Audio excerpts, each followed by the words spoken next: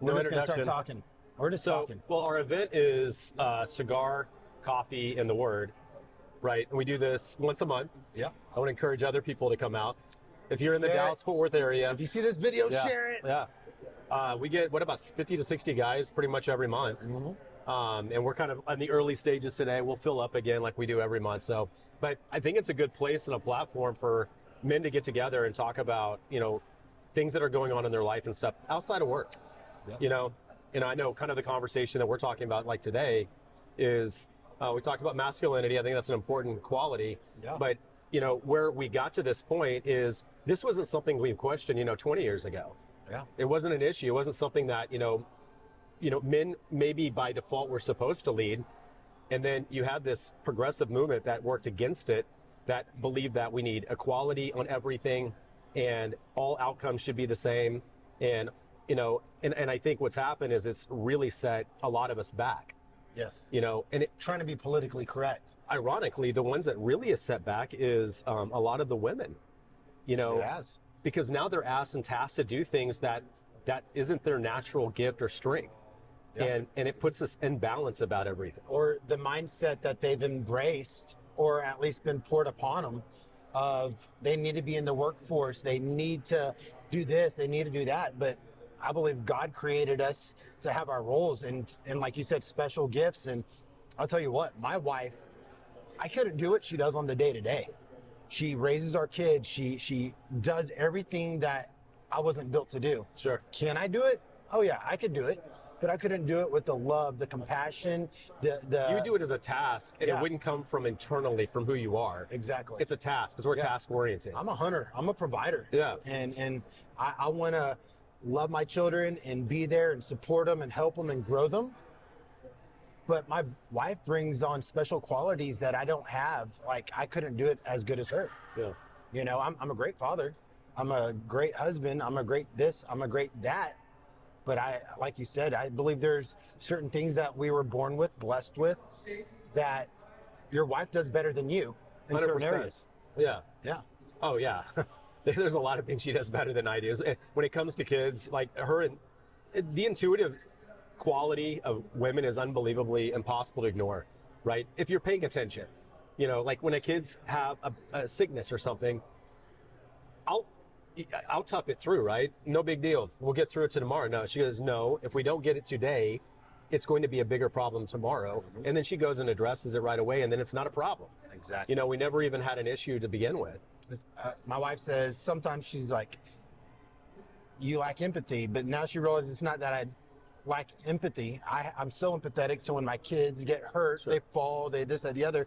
It's that she was blessed with the empathy that our children need, that I don't have that special, factor, whatever it is, right? It's, you love your kids, they get hurt, you feel their pain.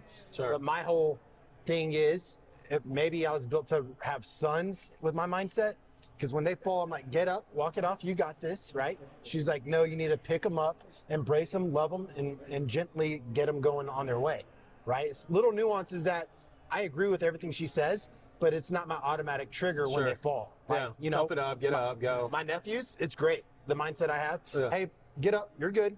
No, you're not gonna cry, you're okay, let's go. But with my daughters, seeing my wife, I'm like, I don't have that, and it's okay. That's why she's my rib, she's my helper, right? Well, what's great, and this is really good. This is a good time for, especially us here in this country, because 20 years ago, we didn't question this. And then we go through this progressive movement about, equal this, equal that, or we need more or women need to lead the household and all these other things. And I think, all these years I've been thinking like, man, I don't think they want to. I don't think that they don't want the weight and responsibility of how we're going to take care of this month or how we're going to take care of next month. Yeah. And when you have two people fighting for the same position, then you both end up losing, and they don't want the responsibility. Everything falls on them when things don't work. Yeah. Men were designed and built to handle that. There are a lot of things that I do in leading my family and it doesn't work out, and it's my problem, my fault. I got to deal with it. But I think you got to bear that weight. Yes, but I think we're built to do that, and it's okay. It's okay to be the one that if you're leading, it also falls on you too. You don't get to escape responsibility. You're still responsible for it. But this movement is starting to go back the other direction. And I've said this before, we're finding that, like, even online on social media, people will post about Jesus all the time. Yeah. They didn't do that 3 years ago. We didn't do that 5 years ago, 10 years ago. It's a big change that's starting to come back. And it's, I hate to always define it as a political movement because, yeah, it is. It's kind of like the progressive versus a conservative perspective. Obviously you and I are far more conservative, but that's a really good, a good thing that we're seeing is that people are becoming to be open, and it's almost, I can't call it a revival, but it's certainly heading that direction, right? You have massive colleges that are, coming out at championship games, professing their faith in Jesus, in all sports, and they're starting to come back around. I think that's a really good change of direction. I think we've been pushed into fearing to be publicly open about our love, our masculinity, our faith. And so with this, you said it's on its way. I think the revival is at the cusp of the start, and it's going to get stronger. And I hope it gets stronger, because I'll tell you what, there's a lot of weak men out there. Yeah. And they're weak because they're raised by households or maybe single mothers. Mothers are great, but a man needs a father man. figure. Yeah, needs a father figure in their house. And if a man doesn't have a father figure, a mentor, a male in their household, or somewhere close to them, close access, maybe whatever it is, I think they're missing something. And then they're not raised. And that's, we see it, Chicago, Detroit, a lot of cities with a lot of violence, with a lot of murders, a lot of crime, high crime rates. It's boys trying to profess themselves to be men in negative stereotypes. Exactly. Because they don't have a father figure to show them. They don't have the day-to-day. And it's really hard because a lot of times the single moms will do everything they can, and they're doing the best they can, but they can't play that role. That was not their role. And it's not meant to be their role. That's one of the dysfunctions and perversions of a society that goes in the digression, of progressivism, is that you end up losing those identities and things that are important, for leadership and masculinity, and things that will show these are what we need to see. We don't force masculinity. We don't force, through aggression and things. That's not showing a proper sign of strength. That shows that you're immature and you're weak. Yeah. Because you go to the lowest common denominator to address a problem. And that's not how we solve problems. It's not. But they don't have a good example to, to work from. So, I think that's been a really good, a good change of things that's happening too.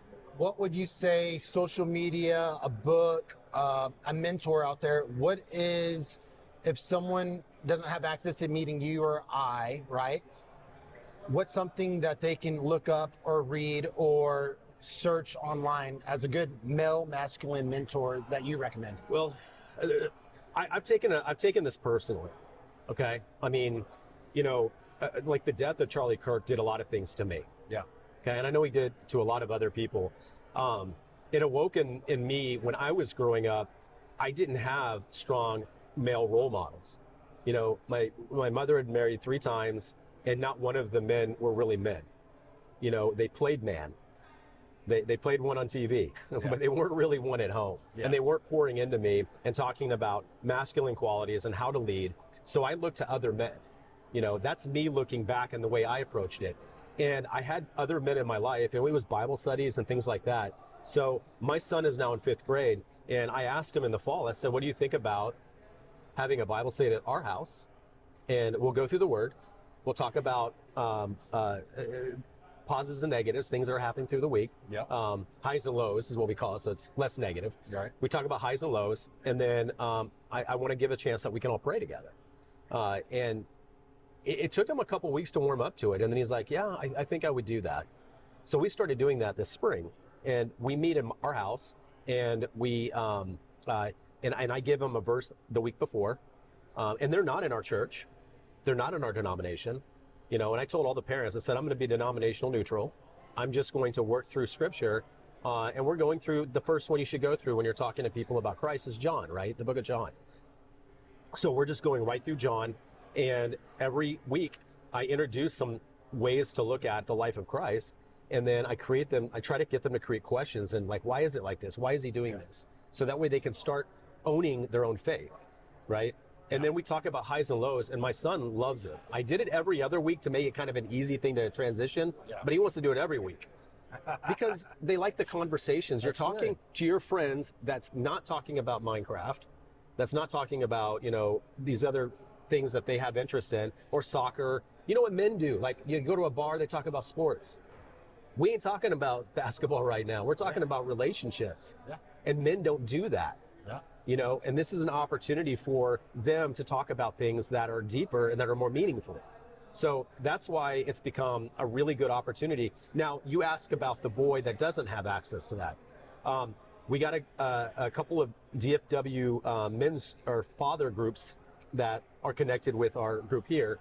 And those guys lead those things on social media. And those are great plug-in opportunities for them to connect with, other dads and events and camping and kind of like Cub Scout kind of things where they can have a chance to get together and maybe play pickleball and do other events and stuff like that. So plugging into groups like that is free, and there are men out there that are willing to donate and give time to you to help you. What are, off the top of your head, what are some of those groups? DFW Dad Squad. Dad Squad. Dad Squad. Yeah. Love it. And they have one in Dallas and they have one in Fort Worth.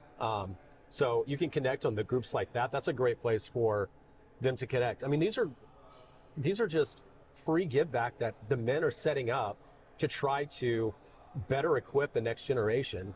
And they don't have to listen to social media nonsense. They can hear from real men that have real kids, that have real wives, and have real relationships, and are meaningful. So, change up a little bit on you real quick. I know we're limited on time, so with that being said, Shaune, what are you doing right now with your wife to date your wife, to keep the romance going? Man, these questions, these are good. For my wife, Stacy, for Stacy and I, when you have 4 kids in elementary school, if you don't make the time, then the time will take care of you, will run you out of opportunities, right? So for us, I'm fortunate I have family close by, and they're willing to take our kids, so that's helpful. So creating those opportunities where you have to be intentional, you have to set that time, and you have to say, we're going to make this our day. And we're in that season of life that it's not going to probably be weekly. So our target right now is about every 2 to 3 weeks we have a time together, and then we'll schedule, maybe a hotel every month or two, where we just, everyone out of the house, or maybe my mom comes over and stays at our house. We're leaving, and we're going to spend time just she and I, working on the intimacy. It's like it's a fireplace that you have to continue to ignite and add fire to. You want that roaring fire. Because that's the fuel and energy to make a lot of this a lot easier to deal with, because we're dealing with hard things. All of us are. And if you don't have the support in your own family and your own spouse, then you're both fighting against each other. You're fighting against each other in time. You're fighting against each other in what available resources are available. And we're in a season now, I do the majority of the cooking. I do the majority of the pickup and taking them to school and picking them up. All the activities in the evenings. I do most all of it. Because she's working, she's a teacher, and then she works part-time as a neurofeedback therapist. What's her love language? Acts of service? Time. Yeah. Okay. Yeah, it's really important that I set aside time specifically for her, with the intention to be with her, with no other distractions or anything. That's really important to her. So one more thing I'm going to ask a special request of you. I want you to look directly into that camera, and I want you to give a tip to a young male on his wedding day, a piece of advice that you wish you had on your wedding day. There's a lot of different advice. So look directly into that camera when you're ready. I would probably say the best thing that I would say is that this is your one time. You're getting married. This is your one time to commit. Make it a full life commitment, and that anything and everything, it's not a 50-50 relationship. That's probably one of the most critical things that the world will tell you. It's a 100%, and sometimes you can only give 80%. This is not, I'll do my part, you do your part, and we're going to meet in the middle. No, it's, you're feeling less, I'm going to be more, and then there will be reciprocation. Women will reciprocate way more than men will. I think men are naturally more selfish. I think we're more we check our boxes. We're task oriented, and once we've done all that, I'm done. I'm out. I've done what my part is. There are times that your woman is generally a weaker vessel on a lot of things. You have to be stronger in those situations and step up. So think about the relationship as a 100-100 relationship, and you will have a better chance of success. Give 100% marriage. Marriage isn't 50-50. It's 100%, 100%. Give it your all, both of you, husband and wife, and you're going to make a great life.